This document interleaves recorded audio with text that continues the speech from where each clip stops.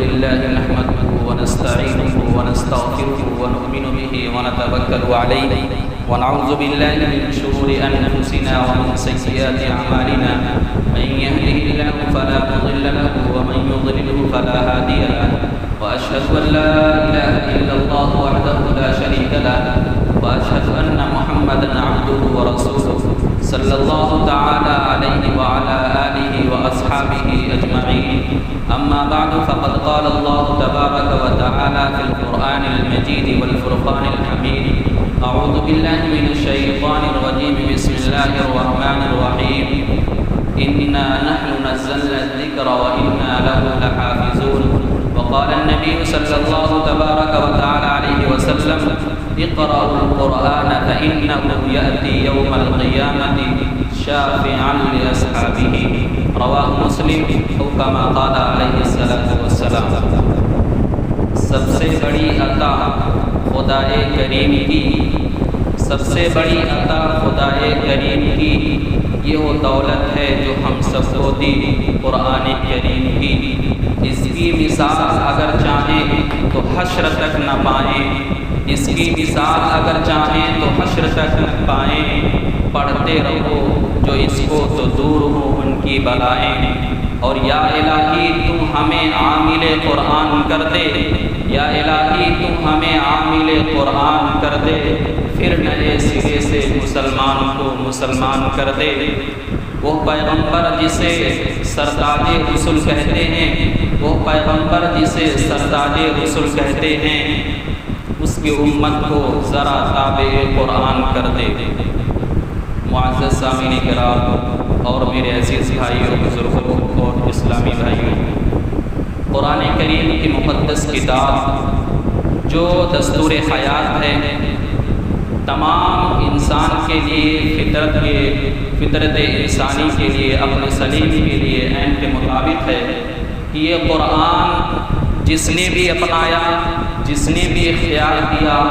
جس نے بھی قرآن کے بتائے ہوئے طریقے پر چلا، اللہ نے اس کو دنیا میں بھی عزت دی اور آخرت کے اندر بھی عزت دی. آپ کتابوں کا مطالعہ کریں، تاریخ کو پڑھیں تو آپ کو ملے گا کہ عرب قوم یعنی کہ مکہ مدینہ جو ہے، عرب کے لوگ جب قرآن کو کے مطابق اپنی زندگی گزارنے لگے تو ان کے سامنے قیصر و کسریٰ اور روم اور فارس جیسے لوگ سرنگو ہو گئے، یعنی ان کے سامنے ان کے قدموں میں جھک گئے اتنے بڑے بڑے ممالک لوگ. میرے عزیز بھائیوں، قرآن ایک ایسی کتاب ہے جس کی مثال آج تک کسی نے نہیں دے سکا اور نہ ہی قیامت تک دے سکتا ہے، کیونکہ اللہ کے نبی صلی اللہ علیہ وسلم کا ارشاد مقدس ہے: فضل کلام اللہ علی سائر الکلام کفضل الکلام علی سائر خلقتہ. کیا ہے خلقہ؟ کہ انسانوں کا کلام، انسانوں کا بنایا ہوا کلام اللہ کے کلام کا مقابلہ نہیں کر سکتا. یعنی انسان اگر کچھ کلام کہے اور انسان یہ سوچے کہ میرا کلام اللہ کے بنائے ہوئے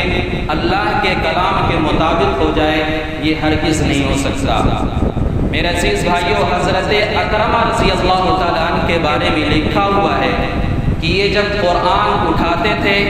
اپنے ہاتھوں میں اٹھاتے تھے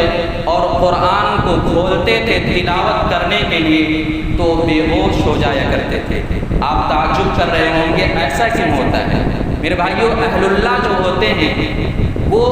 کس مقام تک پہنچتے ہیں ہم سوچ نہیں سکتے. حضرت اکرمہ رضی اللہ تعالیٰ عنہ کے بارے میں لکھا ہے کہ جب انہوں نے اپنے ہاتھ میں قرآن اٹھایا اور کھول کر تلاوت کرنا چاہتے تو بے ہوش ہو کر گر گئے، اور جب ہوش آتی، جب بے ہوشی سے افاقہ ہوتا، پھر ان کے زبان سے یہ کلام جاری ہوتا تھا: ھذا کلام ربی، ھذا کلام ربی.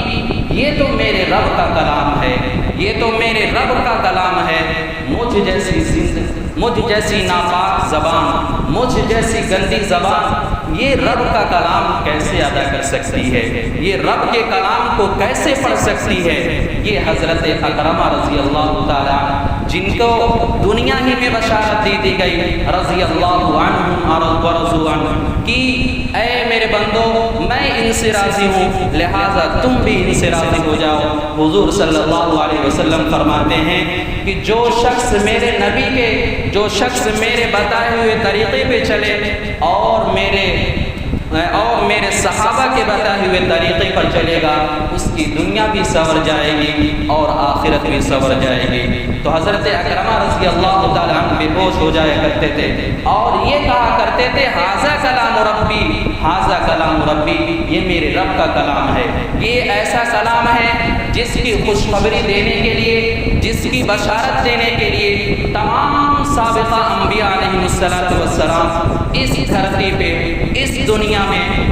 مبعوث کیا گیا تھا، بھیجا گیا تھا اور یہ کہا گیا تھا اور تمام انبیاء کرام علیہ السلام یہی بتلاتے تھے کہ آخر میں اللہ تبارک و تعالیٰ ایک کتاب نازل کرے گا، ایک کلام نازل کرے گا جس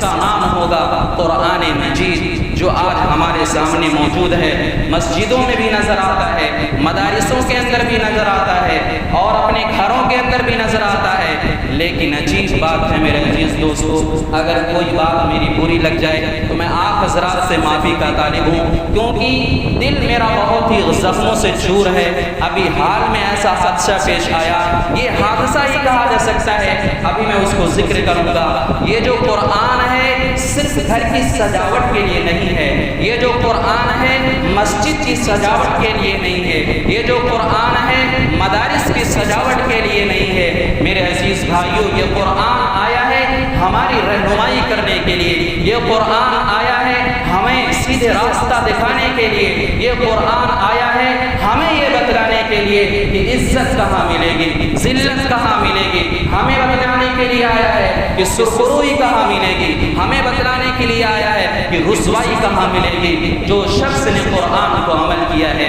جس شخص نے قرآن پر عمل کیا ہے، وہ دنیا میں بھی عزت پایا ہے اور آخرت میں بھی عزت پاتا ہی رہے گا۔ میرے عزیز بھائیوں، یہ قرآن وہی قرآن ہے جب اللہ نے رب العزت نے زمینوں پر نازل کرنا چاہا، آسمانوں پر نازل کرنا چاہا، پہاڑوں کی چٹانوں پر نازل کرنا چاہا تو ان تمام نے انکار کر دیا، ان تمام نے انکار کر دیا۔ یہ وہی قرآن ہے میرے عزیز بھائیوں جس کو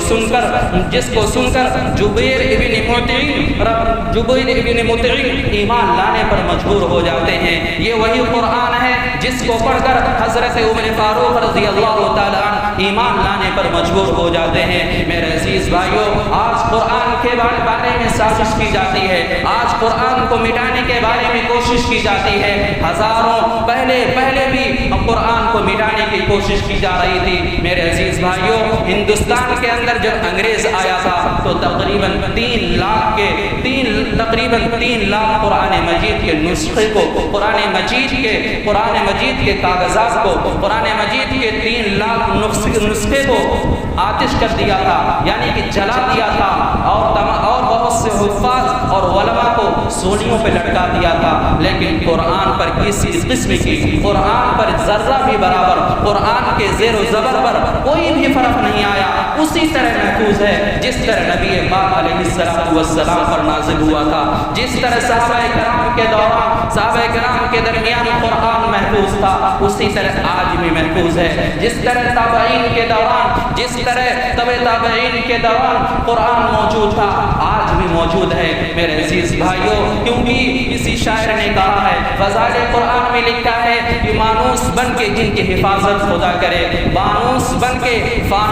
کے جن کی حفاظت ہوا کرے، وہ شمع کیا بجھے جسے خدا روشن کرے، وہ شمع کیا بجھے جسے روشن خدا کرے۔ میرے عزیز بھائیوں، آج قرآن پر انگلی اٹھایا جا رہا ہے، آج قرآن کے بارے میں سازش کی جا رہی ہے۔ اس کی وجہ یہی ہے کہ ہم نے اپنا رشتہ قرآن سے توڑ دیا ہے، ہم نے اپنا لگاؤ قرآن سے الگ کر دیا ہے۔ ہم تو اپنے رشتہ اقارب سے لگاؤ رکھتے ہیں، ہم تو اپنے پڑوسیوں سے رشتہ جوڑتے ہیں، ہم تو اپنے بڑے بڑے لوگوں سے تعلقات قائم کرتے ہیں۔ میرے بھائیو ذرا قرآن سے تعلق رکھ لو، قرآن سے اپنی محبت لگاؤ تو دیکھو دوسرے لوگوں کی محبت آپ کے دل کے اندر ایک آٹومیٹک داخل ہو جائے گی۔ آپ کو کہنے کی ضرورت نہیں پڑے گی ہم آپ سے پیار کرتے ہیں، ہم آپ سے محبت رکھتے ہیں، ہم آپ سے لگاؤ کرتے ہیں۔ آپ کو ان سب کہنے کے، ان سب الفاظ کہنے کی ضرورت نہیں پڑے گی اگر تم قرآن کو اپنے آپ کو لگانے کی کوشش کرو، اگر قرآن کو اپنے سینے سے لگا لو، اگر قرآن کو اپنے سینے کے اندر بٹھا لو،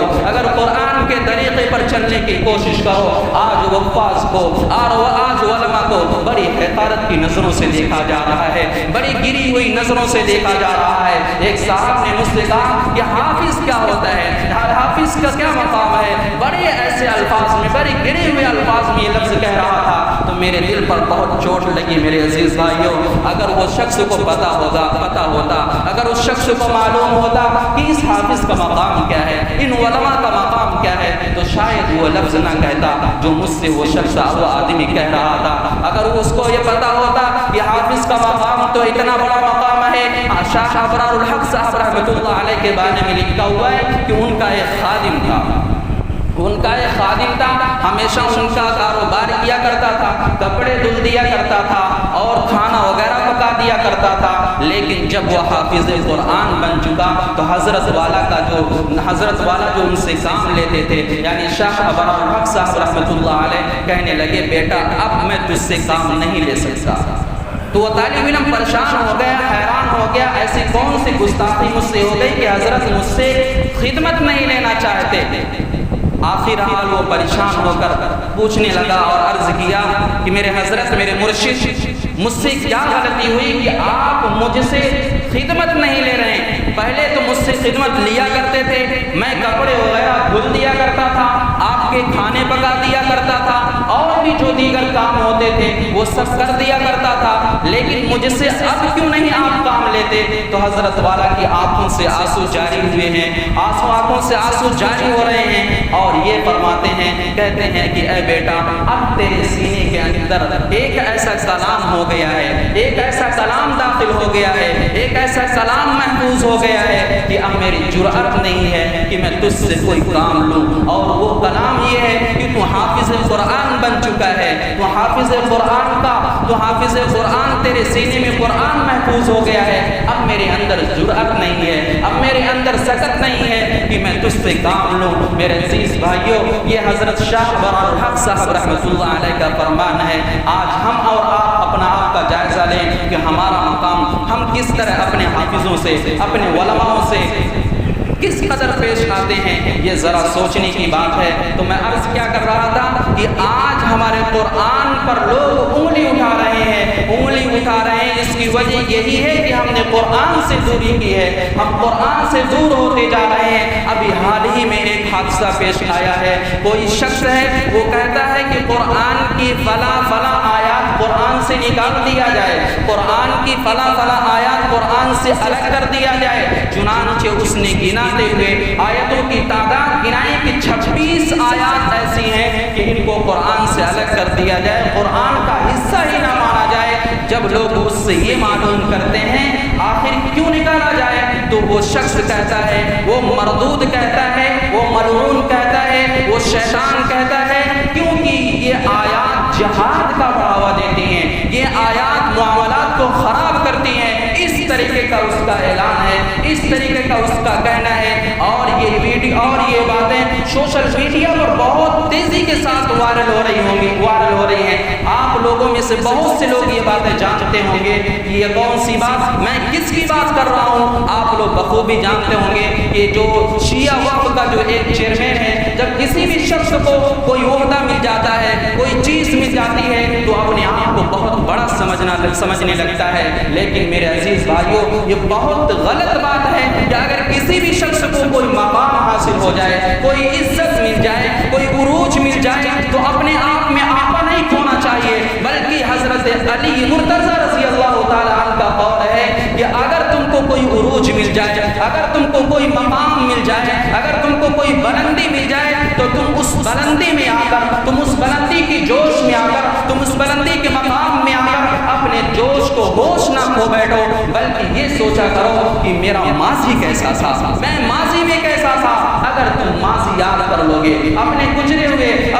ہوئے حالات کو یاد کر لو گے، اگر تم پچھلے حالات کو یاد کر لو گے تو تم مقام پا کر اپنے جوش میں ہو کر ہوش نہیں کھو بیٹھو گے، یعنی اپنے آپ کو کسی گڈھے میں نہیں گرا سکو گے۔ تو وہ شخص ملعون کہتا ہے کہ قرآن کی فلاں آیات نکال دی جائے، کیونکہ یہ جہاد کا بڑھاوا دیتی ہے، یہ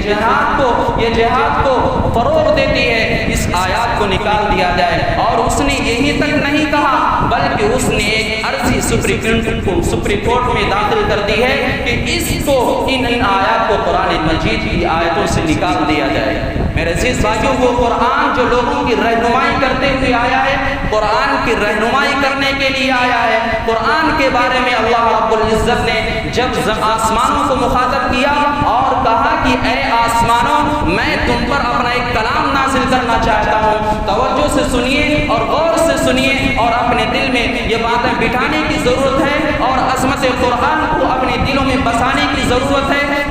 میرا دل بہت ہی زخمی ہے میرے عزیز بھائیوں۔ اللہ تبارک و تعالیٰ کہتا ہے کہ اے آسمانوں، میں تم پر ایک کلام نازل کرنا چاہتا ہوں، تو اللہ رب العزت سے وہ آسمان کہتا ہے بار الہ کیا کلام ہے؟ اللہ رب العزت کہتے ہیں کہ قرآن مجید کو میں نازل تم پر کرنا چاہتا ہوں۔ اتنا سننا ہوتا ہے آسمانوں کو۔ آپ لوگوں کو پتا ہوگا کہ آسمان کی تعداد 7 آسمان ہے، جس طرح زمین 7 ہے اسی طرح آسمانوں کی تعداد بھی 7 ہے۔ سارے آسمان اکٹھا ہو کر ہاتھ جوڑنے لگے اور کہنے لگے بار الہ، میرے اندر اتنی سکت نہیں، میرے اندر اتنی قوت نہیں، میرے اندر اتنی ہمت نہیں، جرأت نہیں کہ میں تیرے کلام کے وزن کو، میں تیرے کلام کے مقام کو اٹھا سکوں، سنبھال سکوں۔ لہٰذا تو آسمانوں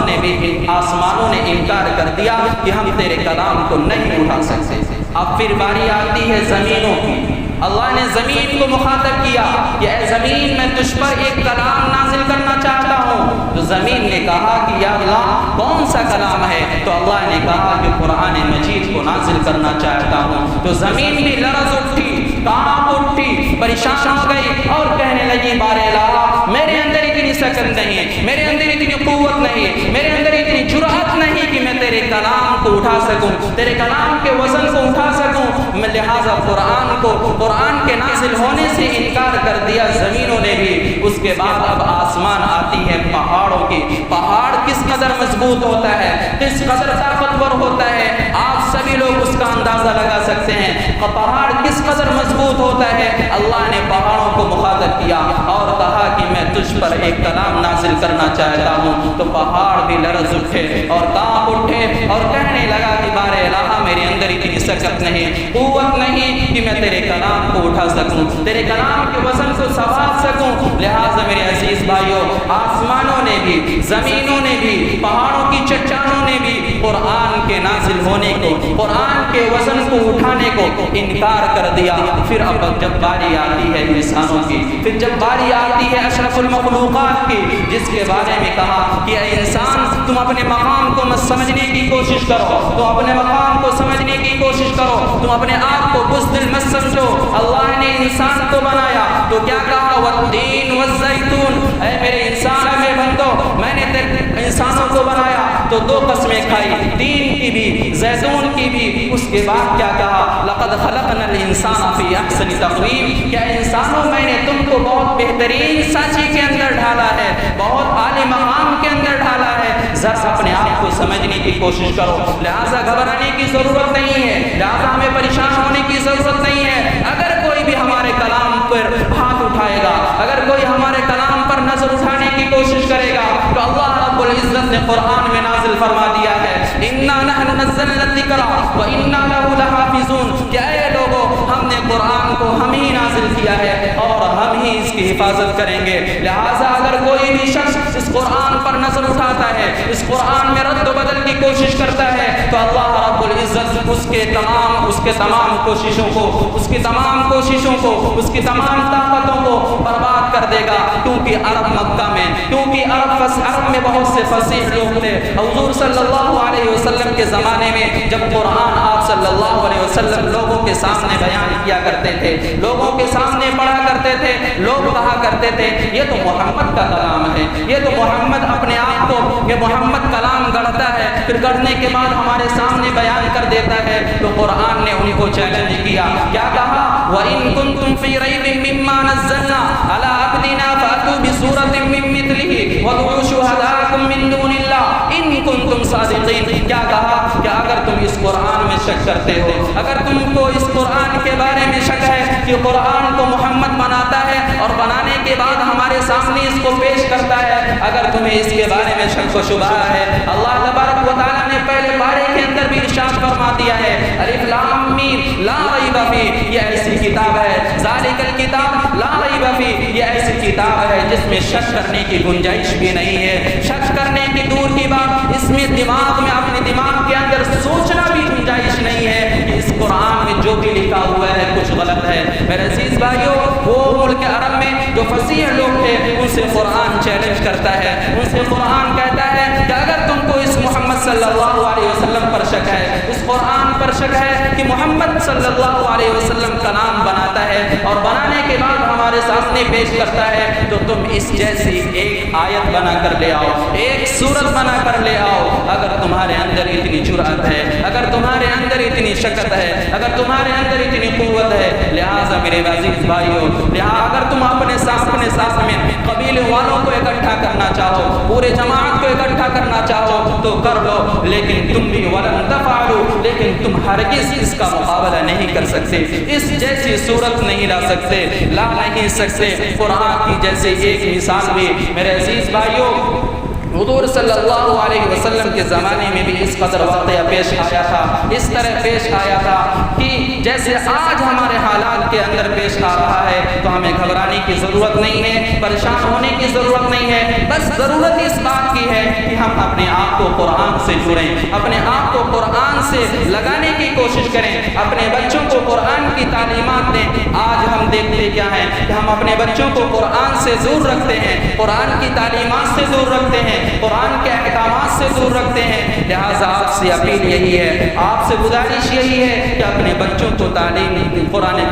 پاک کی تعلیم دینے کی کوشش کریں۔ آج یہ نیت یہاں سے کر کے اٹھیں کہ ہم اپنے بچوں کو کالجوں کے بجائے، اسکولوں کے بجائے مدرسوں میں داخل کریں گے، مسجدوں میں داخل کریں گے، تاکہ یہ بچے قرآن کی تعلیمات حاصل کریں اور قرآن کے مقام کو سمجھنے کی کوشش کریں کہ قرآن کا مقام کیا ہے، قرآن کی بلندی کیا ہے۔ میرے بھائیوں، خطیب الاسلام میں کتاب خطبات اسلام ایک کتاب ہے، اس میں ایک واقعہ لکھا ہے، میں یہ واقعہ بتا کر اپنی بات کو مکمل کرنے کی کوشش کروں گا کیونکہ وقت ہو ہی جا رہا ہے تقریباً۔ اس میں لکھا ہوا ہے کہ جو شخص سورہ ملک کو پابندی کے ساتھ پڑھتا ہے، سورہ ملک کی پابندی کرتا ہے، یعنی کہ سونے سے پہلے سورہ ملک پڑھ کر پھر سوتا ہے اور اسی دوران یعنی پڑھتے ہی اس کی زندگی اس زندگی سے یعنی کہ دنیا سے چلا جاتا ہے۔ پھر جب وہ آخرت میں، پھر جب وہ قبر میں اس کے پاس عذاب کے فرشتے آتے ہیں تو کیا ہوتا ہے کہ وہ سورہ ملک اس کے سامنے ایک شکل میں نمودار ہوتی ہے، ظاہر ہوتی ہے۔ اس کے بعد عذاب دینے والے فرشتوں کی سے کہتی ہے کہ رک جاؤ، تو عذاب دینے والے فرشتے رک جاتے ہیں اور عرض کرتے ہیں کہ تم کون ہو؟ تو وہ کہتی ہے کہ تم اس بندے کو، اس شخص کو عذاب نہ دو۔ پھر وہ عذاب دینے والے فرشتے کہتے ہیں آخر تم ہو کون؟ تو وہ کہتی ہے کہ میں وہ ہوں کہ جس پر یہ عمل کیا کرتا تھا، جس کے مطابق یہ زندگی گزارا کیا کرتا تھا۔ اب میرا یہ حق ہے کہ میں اس کی حفاظت کروں، اب میرا یہ حق ہے کہ میں اس کی حفاظت کروں۔ تو وہ کہتے ہیں، وہ عذاب دینے والے فرشتے کہتے ہیں کہ ہمیں اللہ رب العزت کا آرڈر ہے کہ اس کو عذاب دیا جائے۔ تو وہ قرآن کہتا ہے کہ نہیں، اس کو عذاب نہیں دیا جائے۔ اس وقت تم رکے رہو، میں اللہ رب العزت سے بات کر کے آتا ہوں۔ چنانچہ یہ قرآن جاتا ہے، اللہ رب العزت کی بارگاہ میں حاضر ہوتا ہے اور عرض کرتا ہے کہ بار الہ، جس بندے کو عذاب دینے کا آرڈر دیا گیا ہے، جس بندے کو عذاب دینے کا حکم دیا گیا ہے، یہ بندہ مجھ پر عمل کیا کرتا تھا، میرے مطابق اپنی زندگی گزارتا تھا، میرے مطابق اپنی زندگی پوری گزاری ہے، لہذا اس کو عذاب نہ دیا جائے۔ اور اگر آپ اس کو عذاب دینا چاہتے ہیں تو تم اپنے قرآن سے مجھے نکال دو۔ اللہ رب العزت سے اس طرح وہ قرآن جھگڑتی ہے، اس طرح وہ لڑتی ہے۔ اس کے بعد اللہ رب العزت کہتے ہیں کہ اے عذاب دینے والے فرشتوں، اس کو عذاب نہ دو، کیونکہ اس بندے نے قرآن کے مطابق زندگی گزارا ہے، اس بندے نے قرآن کے مطابق اپنی زندگی بسر کی ہے۔ تو میرے عزیز بھائیوں، میں آپ کو کہانیاں نہیں سنا رہا ہوں، میں آپ کو من گھڑت باتیں نہیں سنا رہا ہوں، یہ باتیں آپ کو کتابوں، یہ تمام باتیں آپ کو کتابوں کے اندر ملے گی۔ ہمارے اکابر نے یہ تمام باتیں لکھ کر گئے ہیں، وہ تمام باتیں میں آپ کے سامنے رکھتا ہوں۔ لہٰذا آپ سے یہی گزارش ہے کہ سونے سے پہلے سورہ ملک پڑھنے کی کوشش کریں اور اپنی زندگی قرآن مجید کے مطابق گزارنے کی کوشش کریں، اور اپنے بچوں کو قرآن کی تعلیمات سے آگاہ کریں، قرآن کی تعلیمات زیادہ سے زیادہ دینے کی کوشش کریں، اور حفاظ اور علماء کے مقام کو سمجھنے کی کوشش کریں، اور مسجد کے جو آداب ہیں، مسجد کے جو فضائل ہیں، مسجد کی جو خوراک ہے، اس کو بھی سمجھنے کی کوشش کریں۔ اللہ مجھے بھی اور آپ کو سمجھنے کی توفیق عطا فرمائے۔ قرآن سیکھنا سکھانا بھی ثواب ہے، قرآن سیکھنا سکھانا بھی ثواب ہے، قرآن کی تو بات بتانا بھی ثواب ہے، اور جس نے بھی قرآن کے مطابق اپنی زندگی گزار لی، جنت میں